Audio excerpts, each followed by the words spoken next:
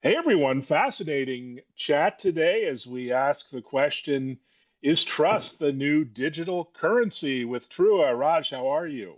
I'm doing well, Evan. Thank you very much. Thanks for having me. Well, thanks for being here. You have an amazing background and biography and mission at Trua. Let's start with that, with some introductions. What inspired the creation of Trua? The trio is basically has been on my drawing board for many, many years, right? We used to do a lot of work for the public sector after 9/11 in terms of, catching back guys, and we built many, many mission critical systems. But one of the things that came about after 9/11 was, how do you determine a trusted traveler? Because traveling public was the biggest thing, as you know, that was the biggest issue. So I said, hey, how about we develop a reusable credential that they can swipe through when you go to any airport that is acceptable by TSA at that time. And then, that way they don't have to redo. It's continuously screened and continuously monitored. Um, there you go. That's where the origin started, which is, it's called Trusted Traveler, Registered Traveler, and then it moved on to TSA PreCheck. That was the evolution of that whole thing. And then once you get it, you reuse it anytime, and it's always monitored and it's current, up to date. Because you get it once, as you can imagine, I'm sure you've used TSA PreCheck. Big fan, Um, yes. yeah, so you get it once and then move on. The only thing that they did not do, which I kind of hinted at them, hey, you need to figure out how the identity piece works, right? Because they did not have the identity component, they had the background component. And said, no, we're going to have them show them their ID and then we will scan it and then we'll look it up, right? Because we want to make sure that at least we match the face with the individual. I said, there is a way to code that and then you show, at that time I said, heaven, QR code was very popular. You can do a QR code scan and then the picture should pop up and then boom, you let them in. And I said, no, they just wanted to move on with it, actual physical, looking at the either a government issued ID like a driver's license or a passport. So, and then many years go by, we've been working on this for many years. And then finally it dawned on me after the big breach that happened in, I believe, 2017, the Equifax breach. And they said, hey, why do you guys need a social security number for everything? And one of the executives from Equifax testified in Congress. That's the key identifier. And I was yelling at my TV. I said, listen, Social Security was never intended to be as an identifier. It was purely designed for getting your Social Security benefits, government benefits, and W-2 wages to kind of close the loop on employers giving you, compensation, and then they report that to the IRS and they tie it up. And that's what it was meant for, filing taxes and so forth. But over the last 25, 30 years, everybody starts using Social Security as a key indicator in terms of figuring out who you are, right? Uh, and of course, with all the breaches and everything, all the other fraud, people have started piling up on top of it. Oh, I want to verify your phone number. Now you have digital a device, which is in this case mobile phones. Phone number is also teed up to verify the authenticity of the individual. When I say identity, I just want to make sure I'm very clear here. We are talking about human identity, not just Mm. login passwords and other things that you use. It's purely determining if the human is the human on the other side of the wire, so to speak. So that's where we said, you know what, this is ridiculous. Let me, get our concepts and other things developed. And that's when we developed Trua, which is basically combining the concepts of TSA pre-check and then the driver's license or government ID verification, which is basically verifying the identity of the individual. Because, as you know, government issued ID is what I call the fundamental ID of every individual in the world, Mm. literally. Any government will issue an identity when you're born or whenever you seek it, and then that is used as a true identifier. So we said, okay, how about we integrate that as well into this TSA pre-check concept and then call it Trua. So which is basically you get it once, reuse it for the rest of your life. And that's what the Trua concept was. We officially, launched it in 2023. And we have, I would say, as a company, we have a couple of other products, but we have close to 75, 80 customers now. Fantastic. And you describe Trua as a platform built around verified trust. What does that mean practically for individuals or businesses managing their employees' reputation or identity? How does that work in practice? So basically, it's you have two problems always, right? One is in case if you study Uber, how it started, right? They had the problem of a driver and the consumer. So they were working parallel. Okay, how do I get more drivers? How do I get more consumers? And that's how the whole ecosystem was developed over time. It's the same concept, right? So either you build around and say, okay, go to all of the third party relying parties or verifiers and say, hey, will you accept this? Or we start building by use case. The first use case we started was obviously pre-hire screening, because Mm. that's been the analog world forever, literally. The traditional background check, it's always done by a third party. Like when you apply for a job, the company asks you to fill out a bunch of information, including your PII, and then they transmit that to a third party background check company, and then they talk amongst themselves whether you're qualified or not, or you're going to get a job or not, right? You are absolutely in the dark. You never know what's in your background. Mm. And at least the credit report, think about it, it was the same concept until about 2008 when the financial crisis happened. CFPB was formed. They said, oh, you got to have at least one credit report per consumer every year. You have to show them at least one to see what's in there. But try disputing that, by the way. It's next to impossible, right? Hey, this is not me. This is my dad or my brother, whatever it is. So we took some of those things from the credit bureau concept and say, okay, we need to modify it. We need to be able to let the individual verify their data to make sure they cannot change anything. They at least they verify their data and say, yep, this DU belongs to me. This particular infraction belongs to me, whatever it is. Or you can dispute it ahead of time. And then you get the Trua score, which is basically like a FICO score. And then once you get that, you can use it for any purposes. So we are trying to create both, the relying party and the verifiers, and then at the same time building up momentum for acceptance for individuals to start getting this. So Amazing. it's a think of it like a credit bureau. You have a credit report and a FICO score. We have a Trua report and a Trua score for everything else in life. That is fantastic. So many use cases and applications of this. One is Yep. things like background checks, which feel like black boxes, very slow ones at that. Yep.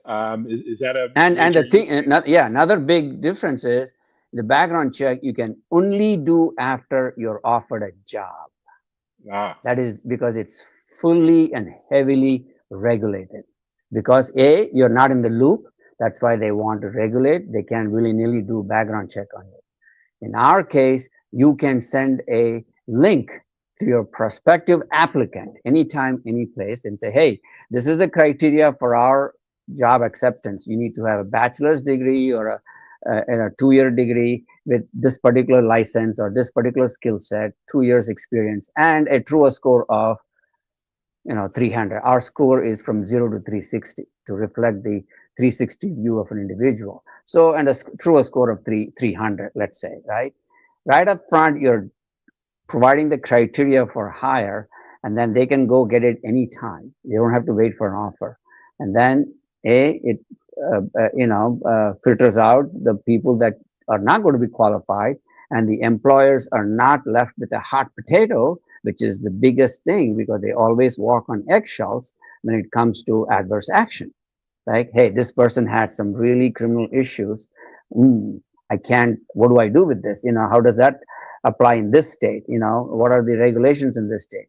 All of those things they have to worry about, because that's why the regulatory burden on employers is so heavy when it comes to background check, because it's fully regulated. In our case, you can do it anytime. And then the individual can dispute, hey, this is not me. This is definitely my dad. He went on a vacation and his DUI is showing up on my record. Okay, we will verify that. We have multiple sources of data. And then if it all points out to the same thing, no, it's you. Because remember, we look at your government issued ID and we verify your social, we verify your date of birth, and we verify your 7 years worth of address history. When you Mm. have those things verified, the chances of being a false positive are very, very low. Mm. And when you get a report, you can be pretty assured that it is what it is going to be, because we have already vetted every which way we can think of. And we have also mapped it, because we have a three-dimensional map of every data point that says type, recency, and relevance. For example, some state says, hey, if you have a misdemeanor and if it's more than 5 years, you cannot consider that Mm. now, right? Okay, we've already accommodated that because of the three-dimensional method. That's our secret sauce that we have. We have codified every penal code in the criminal justice system, and we have Wow. mapped it to all of the states as well. That says, oh, okay, this state you cannot talk about this, not report about this particular infraction or misdemeanor. Felonies are always there. Most people have never banned felonies, but some of the infractions and misdemeanors, some states said, hey, you got to ignore after 5 years, 3 years. Petty theft, for example, right? So in the traditional model, when you get a full-fledged report from a third-party background check company, the HR individual who is a recruiter, they get the full report. Once you see it, you cannot unsee that, even though you cannot take that into consideration for this particular hire in this particular state. And with the remote work, it's exacerbated the problem for many employers as well. We take care of all of that, and it's pretty fast. It's natively digital, natively verification of the identity with high assurance, right? It's already done, and then you just make the decision. It's given to them in a silver platter. And this is Amazing. especially true. I don't know if you followed this news about North Korean, Mm. hires, right? I'm sure it was on the Diabolical. front page of Wall Street Journal a couple of weeks ago. And I said, holy cow, how they're doing that, because there are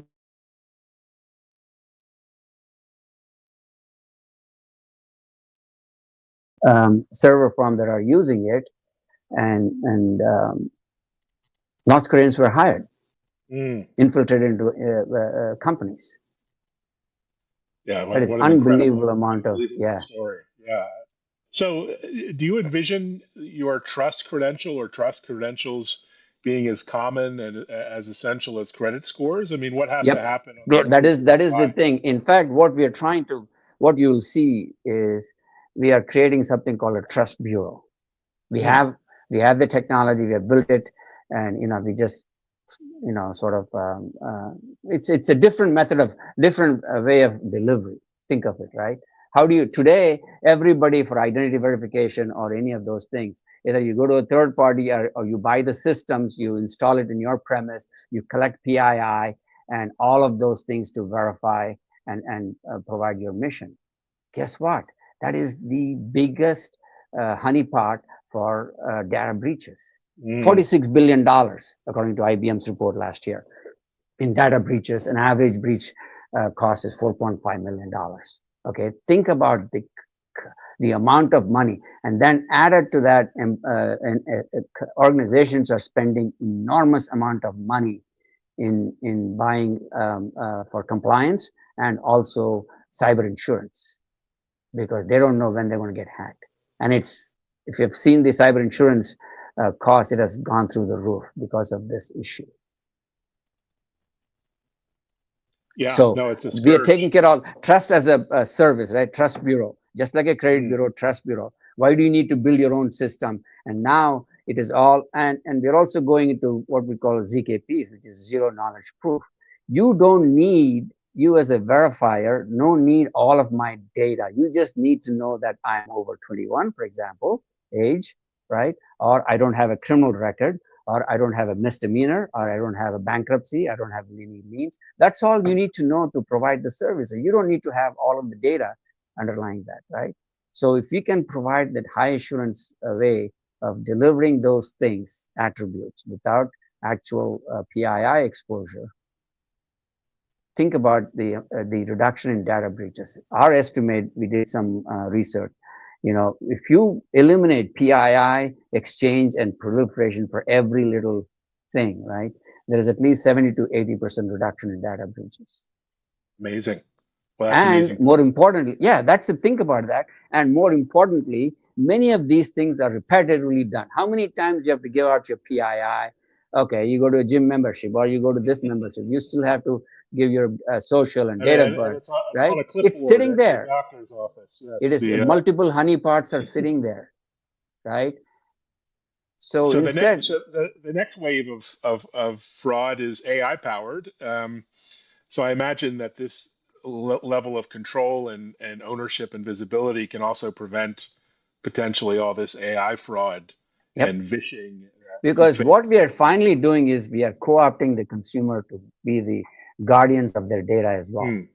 right? We're not just leaving it to them. Hey, good luck. No, it's a co-opting them. Hey, you be part of this journey. You be, because that is the only way to fundamentally solve this problem. There is no, uh, people have tried, poured billions and billions of dollars in trying to solve this problem, and nobody has ever thought of, hey, how about not sharing the PII? But we can provide the necessary assurance. Okay, identity is verified, right? As long as it's high assurance and you have a solid legal audit trail, that's all you care for. And then we have incorporated a little bit of biometric, not necessarily biometric comparison to any big databases, biometric comparison to your own government issued ID. So when you have a high, like a valuable transaction going on, your face should be compared right away, because that's how you will avoid AI issues.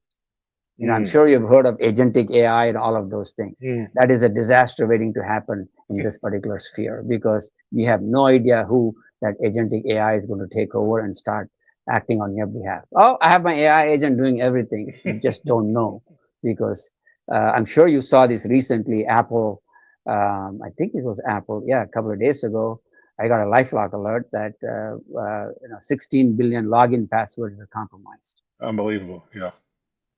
Okay, so you cannot trust anybody, and you have to have ownership of that. You need to have agency of your own data.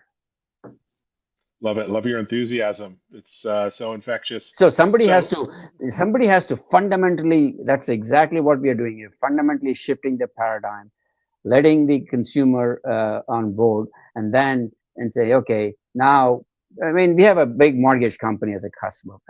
This is a mm, good example, right? And they said, hey, we don't want to pay for it, but what they do is they place mortgage processes in different companies. mm. That means it's like a staffing agency for mortgage processes, right? And they go 3 months here for 6 months. So everybody's asking to do a background check on them. Think about that. You do it once. Oh, yep, it's already done, and you reshare it. That is the power of this, right? And about, we think about, last year, is it, yeah, 2024, I may be wrong, by 2024, 23, 126 million background checks were done. Wow. 126 in the United States. I'm talking just US at this point, Mm. right? And 30% or so, 30 to 30, 35% or so were repeats. Why? How many times are you going to verify your degree? How many times are you going to verify your, address? How many times you keep verifying your date of birth? You've already declared it once, and you verified it thoroughly every which way from Sunday. Such a great point. So Um, get it once, reuse it for the rest of your life. Brilliant.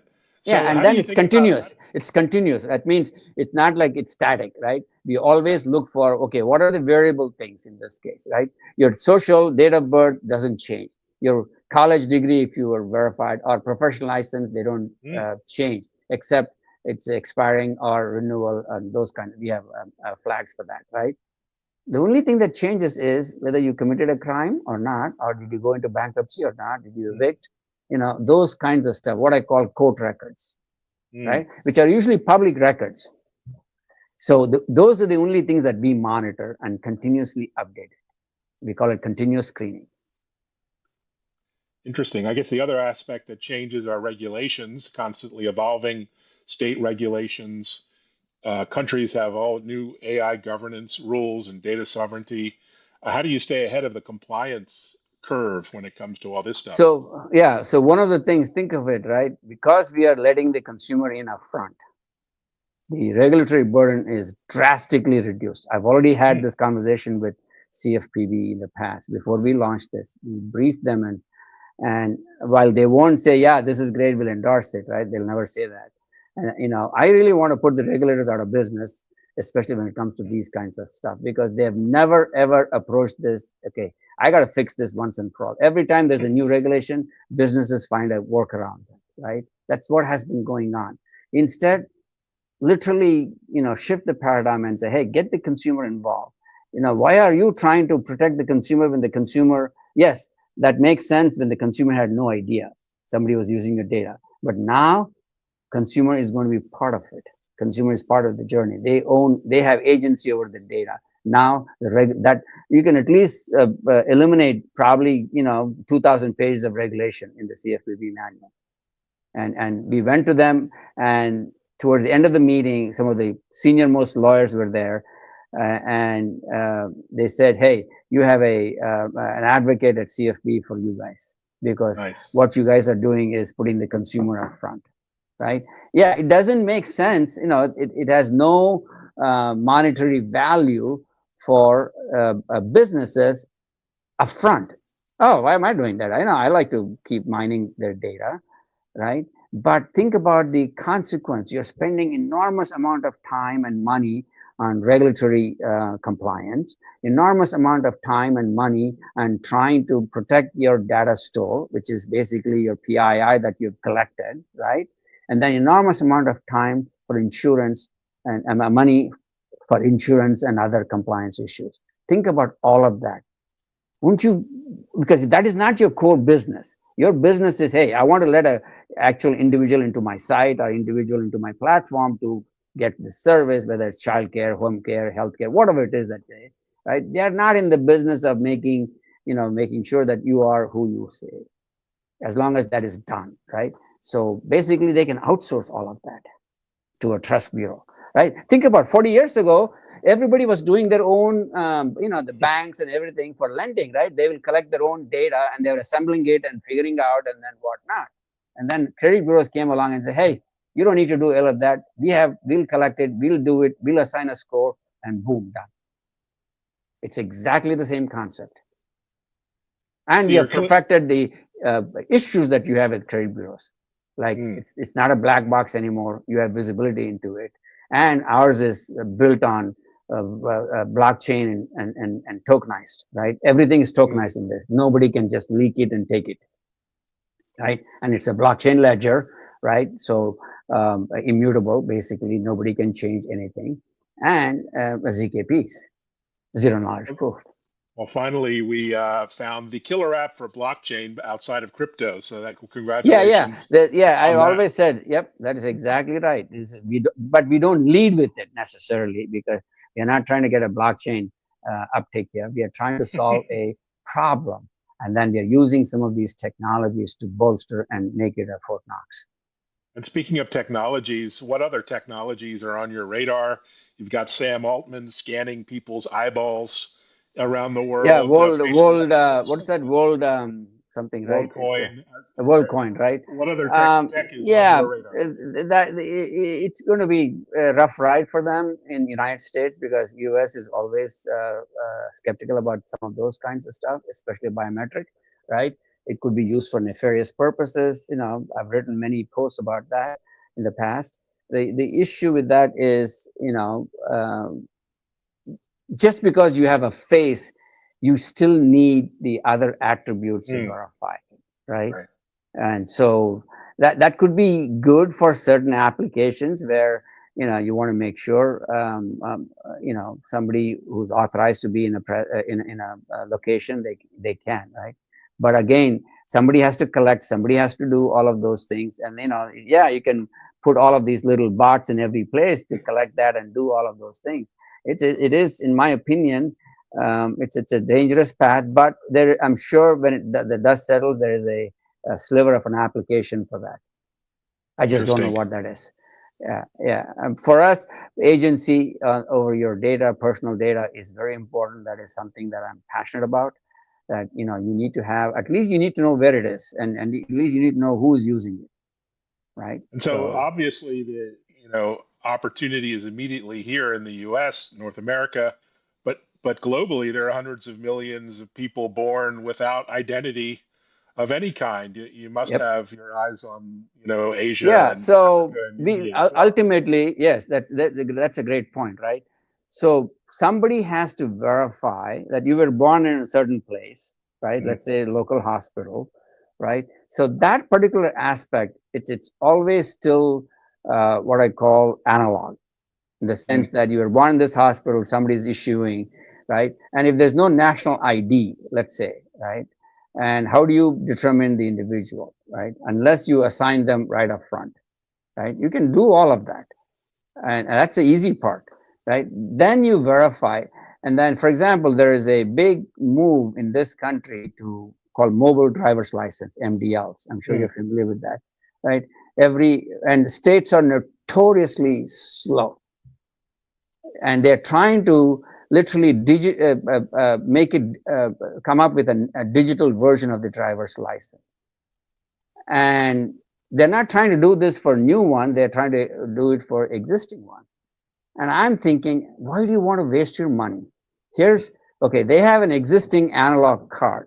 We can authenticate that every which way from Sunday, and then we put it in a little device. It's an Apple Wallet for us, right? You can see it, you can use it. Then what else you need? So that's a substitute for MDL. I haven't, knocked on those doors yet, but the application is ginormous here. So everybody can have a mobile driver's license or a Trua ID similar to a driver's license that is locked up in their digital wallet, and they can use it for a variety of purposes in the future. Wow, so exciting. Um, where can people, you're in the DC area, where can people meet you or the team this summer and the fall?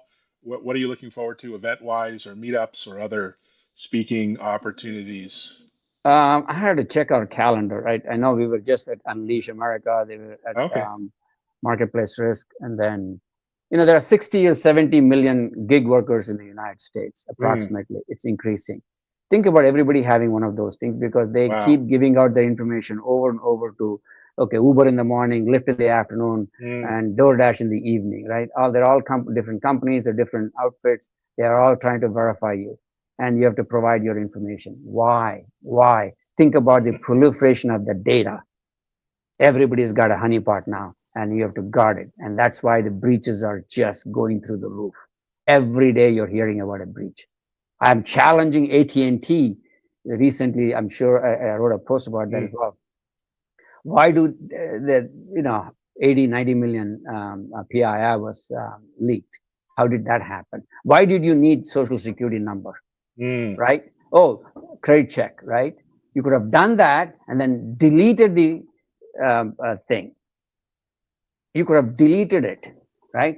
Sometimes they do continuous credit check every so often, right? Yeah, but you can get it and then delete it. They didn't. They Yeah. want to keep it, and then they want to Yeah. keep your, all of the attributes. They don't need that as long as there is a quick path to verify, right? Let's assume we have it, right? We have it locked up, blockchain, blah blah blah, all of those things, and then AT&T wants to verify initially, and then 6 months down the road they want to verify to make sure that they're still a good customer, right? Paying customer. They can just do it. They don't Mm. need to keep it. So everybody's trying to keep it, hold on to it, and then guard it with their life and spending enormous amount of money. It's distributed. So centralize it, just like a credit bureau did it, right? So nobody's doing your credit check and credit report, then assembling your background, your financial capability. They just go to the credit report and get it. Such an important note. That's kind of a mic drop moment. So we're going to be watching your success and rooting for you and us. So congratulations on the vision and the mission. Onwards and upwards, Raj. Much I appreciated. really, yeah, I really appreciate it. As I said, I've been at it. We've got multiple patents on it. I think we have 6 issued and You, 4 pending. you have patents Um, and books, and I love your enthusiasm for this topic. Can't wait to check in, maybe end of the year, see where we are. yeah, absolutely. All Absolutely. right. I Thanks appreciate for that. joining. And Thank you. Thank you, Evan. everyone, thanks for sharing. And check out our TV show at techimpact.tv, now on Fox Business and Bloomberg TV.